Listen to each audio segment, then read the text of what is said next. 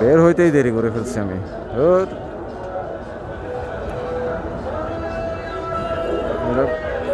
কিছু করার নেই, এটা জ্যাম ঠেলে যাইতে হবে। দেখি ভাইয়া,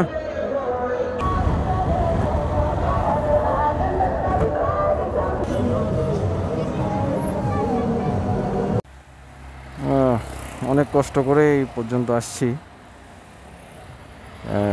মিলাদুন্নবীর জুলুসের মিছিলে পড়ছিলাম, এই পর্যন্ত আসতে অনেক কষ্ট হয়েছে। সামনে নোয়াপাড়াতে জ্যাম থাকতে পারে, ওদিক থেকেও মিছিল আসে। শরীরটাও খুব ভালো লাগতেছে না। প্ল্যান ছিল আসাম বস্তি হয়ে ঘুরে যাব, এখনও আছে প্ল্যানটা, দেখি। তারপর আবার জয়দেব দাও স্টুডিওতে আছে বললো, যদি সম্ভব হয় তাহলে জয়দেব দার স্টুডিও ঘুরে যাব।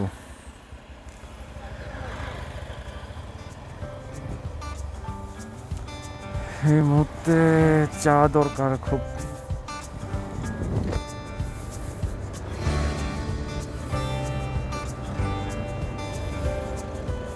এই রোডে আসলে না মনটা একেবারে ভালো হয়ে যায়, মনে হয় সবুজের সুরঙ্গের ভিতর দিয়ে যাচ্ছি।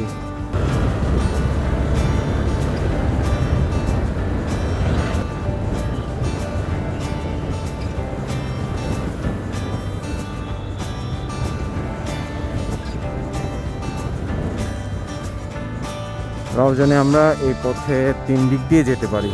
একটা হচ্ছে নোয়াপাড়া, যেটা ফেলে আসলাম, ওই দিকেই ঢুকেই 2টা পথ আছে।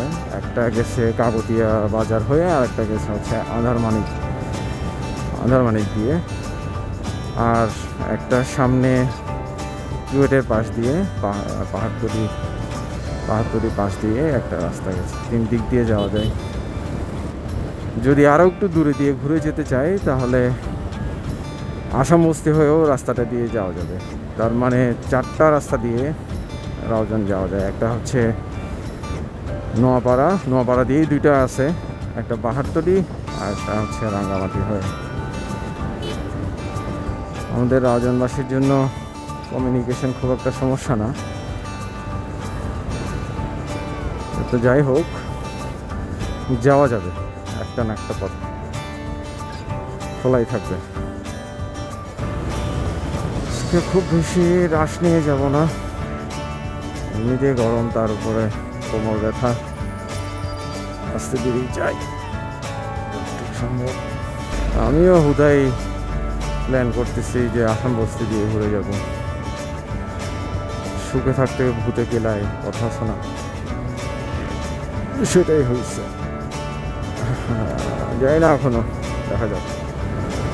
পাহাড়তলি যাই, একটা চা খাইতে হবে। আর ভীষণ চেষ্টা পাইছে আমার। Baby on board. বাবারে, বেবিকে দেখে মনে হচ্ছে গ্যাংস্টার।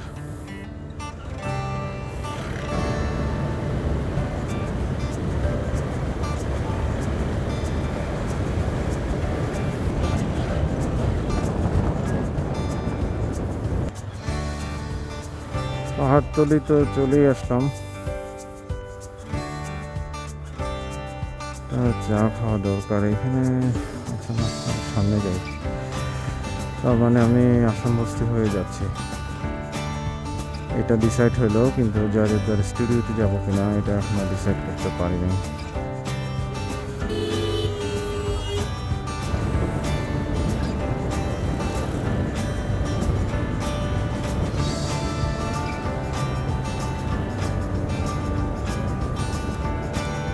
মনে হয় এখানেই খাই, দেখি কি অবস্থা আগে। কোনটাতে যাই, পাচ্ছে সেটাতে যাই।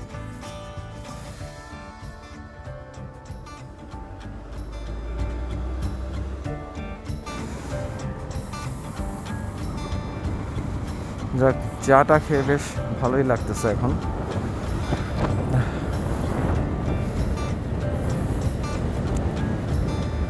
আর এদিকেও আশা করি আর কোনো ঝামেলা হবে না। শেষ পর্যন্ত সিদ্ধান্ত নিলাম আসাম বস্তি হয়েই যাব। তবে এখনও জয়দেবদার স্টুডিওতে যাবো কিনা এখনও কনফিউজড।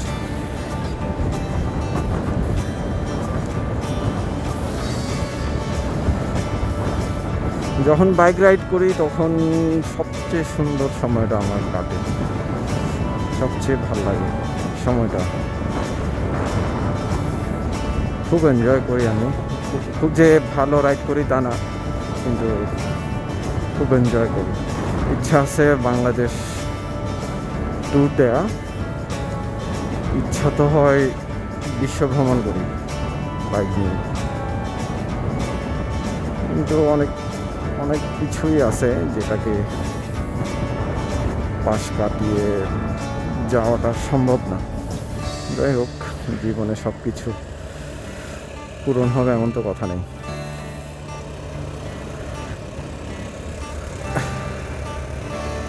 বাইক যে কিনতে পারবো তাও তো কখনো চিন্তা করিনি। একটা বাইক কিনে যে রাইড করতেছি মাঝে মধ্যে, এটাও কম কি। এই যে মন চাইলেই রাঙ্গামাটি চলে যাচ্ছি, মন চাইলেই বান্দরবন যাচ্ছি, মন চাইলেই কক্সবাজার যাচ্ছি, খাগড়াছড়ি যাচ্ছি।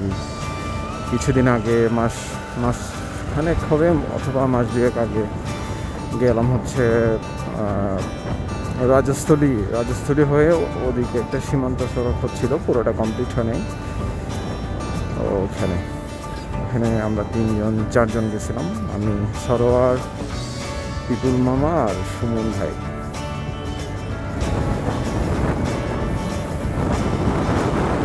খুবই সুন্দর এই রোডটা, দুই পাশে সবুজ খালি জায়গা আছে এখন অনেকটা।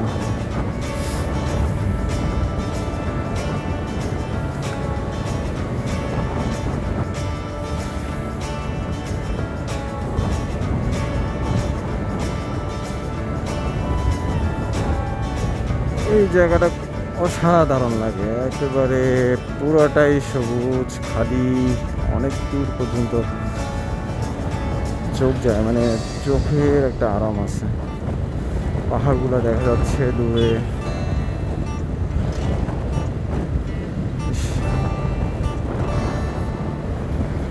যাক, শরীর খারাপ তারপর আসছি, তারপর ভালোই লাগতেছে। ঘুরতে ঘুরতে এখন চিংমং ঘাটে পৌঁছেছি, জয়দেবপুর আসছি এখন কংগ্রেস সাথে। আসছিলাম বাইক ট্যুরে, সাথে হয়ে যাচ্ছে বোট ট্যুর সহ। লেকের ইলিশ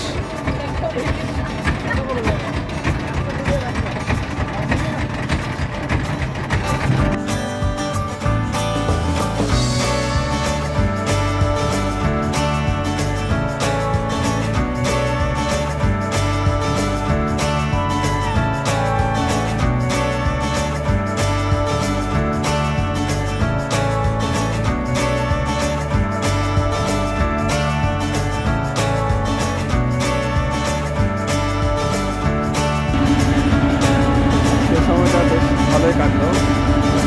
বোট রাইড শেষ করে আমরা ফিরে যাচ্ছি আমার সাথে গঙ্গা, জয়দেবদা। থ্যাংক ইউ গঙ্গা বোট রাইডের জন্য, থ্যাংক ইউ।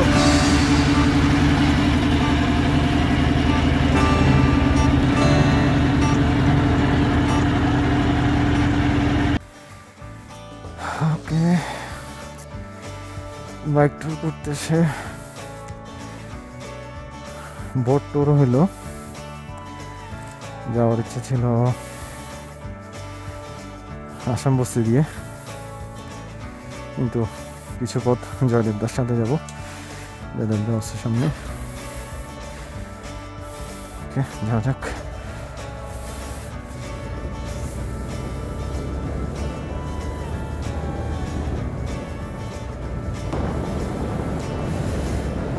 বৃষ্টিতে ভিজে এখন একটু ঠান্ডা লাগতেছে, আর রেইনকোটটা পরলে কি ভালোই তো।